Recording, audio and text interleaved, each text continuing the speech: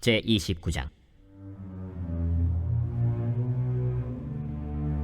히스기야가 왕위에 오를 때 나이가 25세라 예루살렘에서 29년 동안 다스리니라. 그의 어머니의 이름은 아비아여 스가랴의 딸이더라. 히스기야가 그의 조상 다윗의 모든 행실과 같이 여호와 보시기에 정직하게 행하여 첫째 해 첫째 달에 여호와의 전 문들을 열고 수리하고 제사장들과 레위 사람들을 동쪽 광장에 모으고 그들에게 이르되, 레위 사람들아, 내 말을 들으라. 이제 너희는 성결하게 하고 또 너희 조상들의 하나님 여호와의 전을 성결하게 하여 그 더러운 것을 성소에서 없애라. 우리의 조상들이 범죄하여 우리 하나님 여호와 보시기에 악을 행하여 하나님을 버리고 얼굴을 돌려 여호와의 성소를 등지고 또 낭실문을 닫으며 등불을 끄고 성소에서 분향하지 아니하며 이스라엘의 하나님께 번제를 드리지 아니하므로 여호와께서 유다와 예루살렘에 진노하시고 내버리사 두려움과 놀람과 비웃음거리가 되게 하신 것을 너희가 똑똑히 보는 바라. 이로 말미암아 우리의 조상들이 칼에 엎드려지며 우리의 자녀와 아내들이 사로잡혔느니라. 이제 이스라엘의 하나님 여호와와 더불어 언약을 세워 그 맹렬한 노를 우리에게서 떠나게 할 마음이 내게 있노니 내 아들들아, 이제는 게으르지 말라. 여호와께서 이미 너희를 택하사 그 앞에 서서 수종들어 그를 섬기며 분향하게 하셨느니라.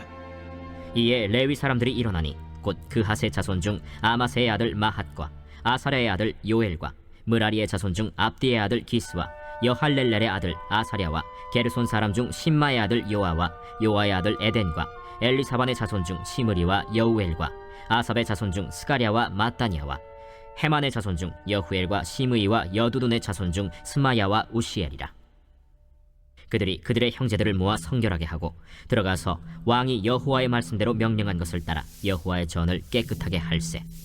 제사장들도 여호와의 전 안에 들어가서 깨끗하게 하여 여호와의 전에 있는 모든 더러운 것을 끌어내어 여호와의 전 뜰의 이름에 레위 사람들이 받아 바깥 기드론 시내로 가져갔더라. 첫째 달 소하루에 성결하게 하기를 시작하여 그 달 초 8일에 여호와의 낭실에 이르고 또 8일 동안 여호와의 전을 성결하게 하여 첫째 달 16일에 이르러 마치고 안으로 들어가서 히스기야 왕을 보고 이르되, 우리가 여호와의 온 전과 번제단과 그 모든 그릇들과 떡을 진설하는 상과 그 모든 그릇들을 깨끗하게 하였고 또 아하스 왕이 왕위에 있어 범죄할 때에 버린 모든 그릇들도 우리가 정돈하고 성결하게 하여 여호와의 제단 앞에 두었나이다. 히스기야 왕이 일찍이 일어나 성읍의 귀인들을 모아 여호와의 전에 올라가서 수송아지 7마리와 순양 7마리와 어린 양 7마리와 순염소 7마리를 끌어다가 나라와 성소와 유다를 위하여 속죄 제물로 삼고 아론의 자손 제사장들을 명령하여 여호와의 제단에 드리게 하니 이에 수소를 잡으매 제사장들이 그 피를 받아 제단에 뿌리고 또 순양들을 잡으매 그 피를 제단에 뿌리고 또 어린 양들을 잡으매 그 피를 제단에 뿌리고 이에 속죄 제물로 드릴 순염소들을 왕과 회중 앞으로 끌어오매 그들이 그 위에 안수하고 제사장들이 잡아 그 피를 속죄제로 삼아 제단에 드려 온 이스라엘을 위하여 속죄하니 이는 왕이 명령하여 온 이스라엘을 위하여 번제와 속죄제를 드리게 하였음이더라. 왕이 레위 사람들을 여호와의 전에 두어서 다윗과 왕의 선견자 갓과 선지자 나단이 명령한 대로 재금과 비파와 수금을 잡게 하니 이는 여호와께서 그의 선지자들로 이렇게 명령하셨음이라. 레위 사람은 다윗의 악기를 잡고 제사장은 나팔을 잡고 서매 히스기야가 명령하여 번제를 제단에 드릴새 번제 드리기를 시작하는 동시에 여호와의 시로 노래하고 나팔을 불며 이스라엘 왕 다윗의 악기를 울리고 온 회중이 경배하며 노래하는 자들은 노래하고 나팔 부는 자들은 나팔을 불어 번제를 마치기까지 이르니라. 제사 드리기를 마침에 왕과 그와 함께 있는 자들이 다 엎드려 경배하니라. 히스기야 왕이 귀인들과 더불어 레위 사람을 명령하여 다윗과 선견자 아삽의 시로 여호와를 찬송하게 하매 그들이 즐거움으로 찬송하고 몸을 굽혀 예배하니라. 이에 히스기야가 말하여 이르되, 너희가 이제 스스로 몸을 깨끗하게 하여 여호와께 드렸으니 마땅히 나와 제물과 감사 제물을 여호와의 전으로 가져오라. 회중이 제물과 감사 제물을 가져오되 무릇 마음에 원하는 자는 또한 번제물도 가져오니 회중이 가져온 번제물의 수효는 수소가 70마리요 순양이 100마리요 어린 양이 200마리이니 이는 다 여호와께 번제물로 드리는 것이며 또 구별하여 드린 소가 600마리요 양이 3000마리라. 그런데 제사장이 부족하여 그 모든 번제 짐승들의 가죽을 능히 벗기지 못하는 고로 그의 형제 레위 사람들이 그 일을 마치기까지 돕고 다른 제사장들이 성결하게 하기까지 기다렸으니 이는 레위 사람들의 성결하게 함이 제사장들보다 성심이 있었습니다. 번제와 화목제의 기름과 각 번제에 속한 전제들이 많더라. 이와 같이 여호와의 전에서 섬기는 일이 순서대로 갖추어지니라. 이 일이 갑자기 되었으나 하나님께서 백성을 위하여 예비하셨으므로 히스기야가 백성과 더불어 기뻐하였더라.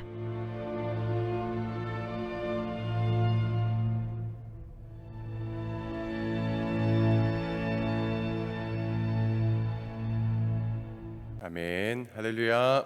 네.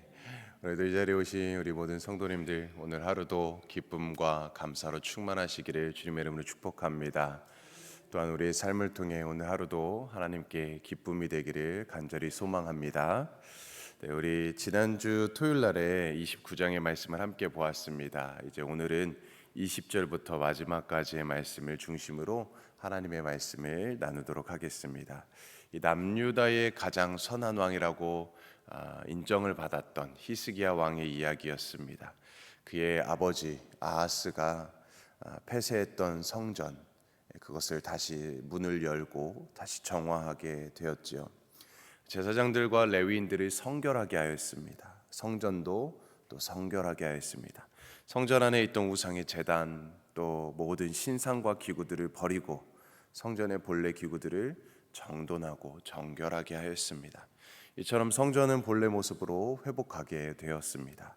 히스기야는 그야말로 종교개혁을 일으킨 것이었지요. 자, 이제 오늘 말씀은 성전을 정결하게 한 후에 성전을 봉헌하는 내용입니다. 먼저 본문 20절에 보면 히스기야는 아침 일찍 일어나서 성읍 귀인들 곧 백성의 지도자들을 모으게 됩니다. 마치 소풍을 맞이한 어린아이처럼 히스기야는 기쁘고 들뜬 마음에 이른 아침부터 일어나서 서두르고 있는 모습입니다. 히스기야는 이 일을 얼마나 간절히 사모했는지를 보여주는 말씀이라고 할 수 있지요. 자, 이제 히스기야는 정결하게 된 성전을 다시 하나님께 드리고자 제사장들로 하여금 번제와 속죄제를 드리도록 하였습니다.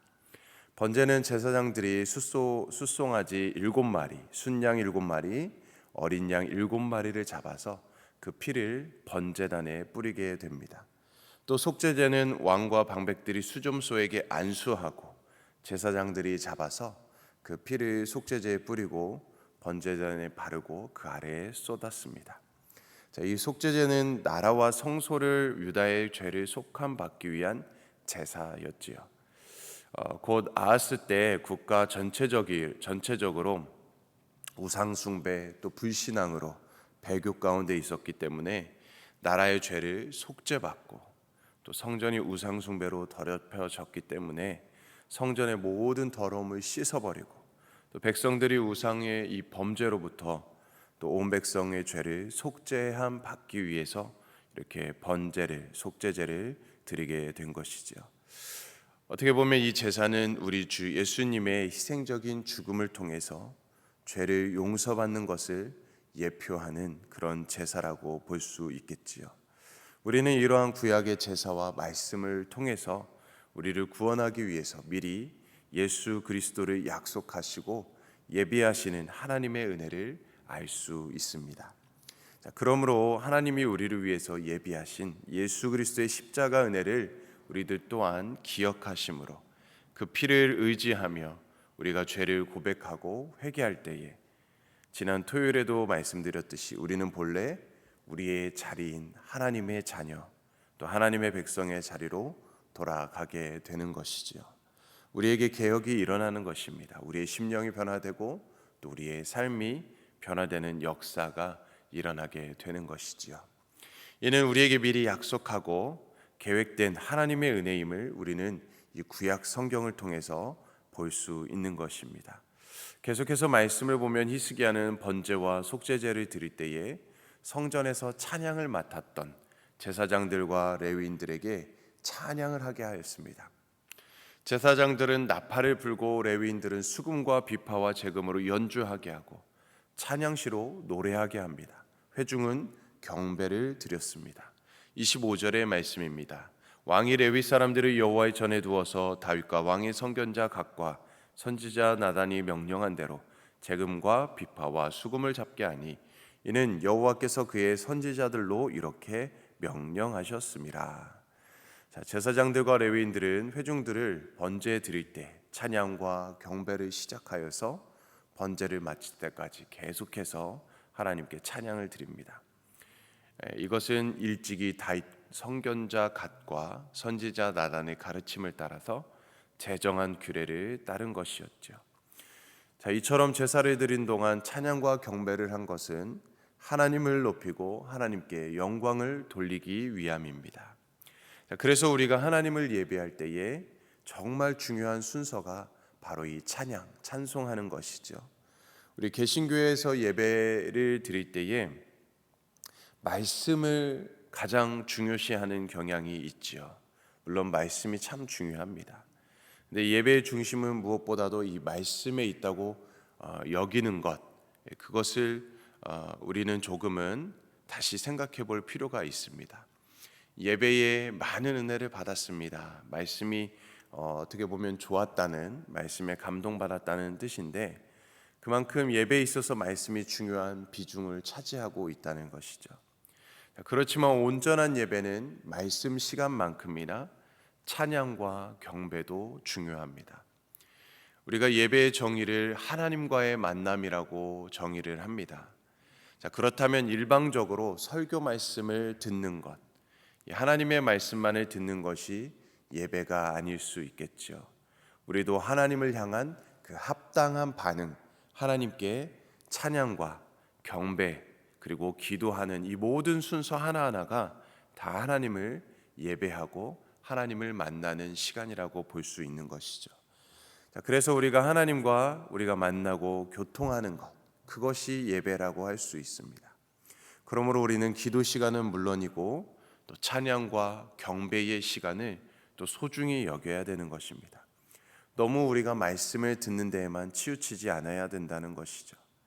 마음을 다해서 말씀을 받고 또 마음을 다해서 우리의 마음을 드릴 수 있어야 하는 것입니다. 자, 이렇게 성전을 봉헌할 때 번제와 속죄제를 드리고 찬양의 감격이 넘칩니다. 제사장들로 하여금 레위 사람들로 하여금 하나님을 찬양하게 하였습니다.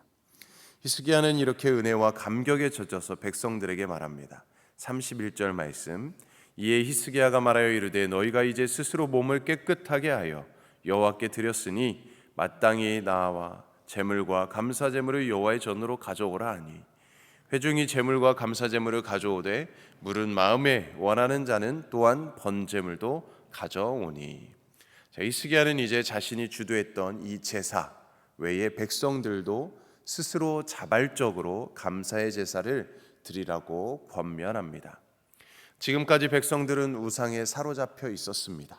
하나님의 존재를 인정하지 못했습니다. 그랬던 백성이 이제는 자발적으로 하나님을 향한 제물을 가지고 나옵니다. 자, 그 제물의 양을 보니까 실로 엄청났습니다. 32절 33절에 의하면 숫소가 70마리, 순양 100마리, 어린 양 200마리, 소 600마리, 양 3,000마리가 제물로 드려집니다. 자, 그래서 34절 말씀에 보면 이토록 많은 제물을 잡기 위해서 제사장이 부족해서 성결한 레위인들이 거둘 만큼 엄청난 제사가 쉬지 않고 드려지게 됩니다. 자, 이 모든 일은 강압적으로 된 것이 아니었습니다. 군중 심리를 따라서 된 것도 아니었지요. 오직 자발적으로 백성들이 함께 참여한 것입니다. 자, 그런데 여기서 우리가 주목해 볼 대목은 36절의 말씀입니다. 36절 말씀을 읽어드립니다. 이 일이 갑자기 되었으나 하나님께서 백성을 위하여 예비하셨으므로 히스기야가 백성과 더불어 기뻐하였더라. 자, 여기 앞에 보니까요, 이 일이 갑자기 되었다는 것입니다. 갑자기. 이 모든 일이 전혀 계획 없이 이루어진 일이라고 합니다. 우리는 계획되지 않은 일이 발생하면 당황하죠. 또 때로는 무시해 버릴 때가 있습니다. 그런데 본문의 히스기야와 백성들도 마찬가지일 것입니다. 히스기야의 제안으로 갑자기 엄청난 재물이 들어오자 제사장들의 인원이 부족해서 레위인들이 손을 빌려야만 하는 그런 상황을 직면하게 된 것이죠. 자, 이럴 때 모두들 힘들고 어렵다는 소리가 나와야 하지 않겠습니까? 자, 그런데 기쁨으로 시작했던 일들이 부담이 되고 결국 포기해버릴 수도 있지만 우려와는 달리 모든 일들이 잘 진행되었다는 것입니다. 이 일이 갑자기 되었지만 하나님의 은혜 가운데 잘 진행되었습니다. 자, 어떻게 이렇게 될 수 있었습니까? 36절을 다시 보면 후반절에 하나님께서 백성을 위하여 예비하셨기 때문이다 라는 사실을 알 수 있습니다. 사랑하는 성도님들, 그러므로 우리 인생에 우연은 없다는 사실을 우리는 다시 한번 기억해야 됩니다. 갑작스럽게 불어닥친 일 같지만 그 뒤에 하나님의 계획하심과 하나님의 놀라운 섭리가 있음을 우리는 다시 한번 생각해 봐야 됩니다. 그것이 바로 믿음이지요. 그렇다면 우리는 어떠한 어려움이 갑자기 생긴다고 해도 흔들리지 않고 단단하고 또 담담하고 또 당당하게 기쁘게 그 모든 일들을 감당해낼 수 있을 것입니다. 오늘날에도 우리 인생길에는 뜻하지 않은 많은 예상치 못한 일들이 일어나게 됩니다. 그 일이 좋은 일이든 나쁜 일이든 예상치 못한 일들이 갑자기 일어나게 됩니다. 그렇지만 오늘 우리가 말씀에서도 보듯이 우리가 믿음으로 하나님을 바라보며 또 하나님을 온전히 예배하는 자로 살아간다면 하나님의 돌보심과 또 하나님의 예비하심 가운데에 그 은혜를 풍성히 누리게 될 것이라는 것입니다. 그러므로 오늘 말씀같이 우리의 구원을 위해서 예수 그리스도를 미리 예비하시고 우리의 삶의 모든 것을 하나님이 예비하셨음을 기억하시며 오늘 하루도 하나님 안에서 모든 일을 기뻐하며 또 모든 것에 감사하며 또 모든 것을 감당함으로써 하나님 앞에 참된 예배자로서 살아가시기를 주님의 이름으로 간절히 축원드립니다. 아멘. 우리 함께 기도하겠습니다. 하나님 아버지, 하나님을 향한 우리의 마음이 히스기야 왕과 같이 사모함으로 간절함으로 생명을 다하여 예배하는 참 예배자가 되기를 소망합니다.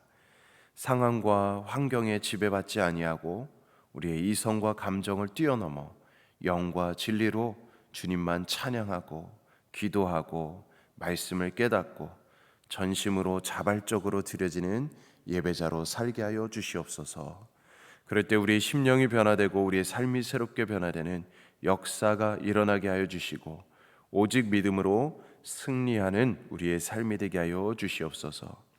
우리를 구원하시기 위하여 이 땅에 오신 예수 그리스도를 기억하고 바라봄으로 오늘도 주 안에서 기쁨과 감사로 하나님 앞에 참된 예배자로 살아갈 수 있도록 인도하여 주시옵소서. 감사드립니다. 모든 말씀 예수님의 이름으로 간절히 기도드립니다. 아멘. 네, 오늘 월요일은 남미 지역을 위해서 기도하는 날입니다. 우리 멕시코의 라준영 방주희 선교사님과 또 우리 아르헨티나 김우진 우리 박경희 선교사님 또 우리 강기한 이옥 선교사님을 위해서 우리 함께 기도해 주시고 또 우리 교회를 위해서 기도합시다. 우리 창립 48주년 기념주일을 또 어제 우리가 함께 보냈는데 앞으로도 50주년, 100주년을 바라보는 하나님이 살아 역사하시는 우리 교회 될 수 있도록 기도해 주시고 또 담임 목사님 청빙을 위해서도 기도해 주시고 또 우리 모든 성도님들 또 언제나 항상 주님을 바라봄으로 믿음으로 승리하는 삶을 살아갈 수 있도록 또 강건하도록 또 모든 문제들이 해결되도록 기도해 주시고 또 우리 가정과 개인의 기도 제목을 가지고 시간 주님의 이름 세워 외치며 간절히 기도하겠습니다. 주여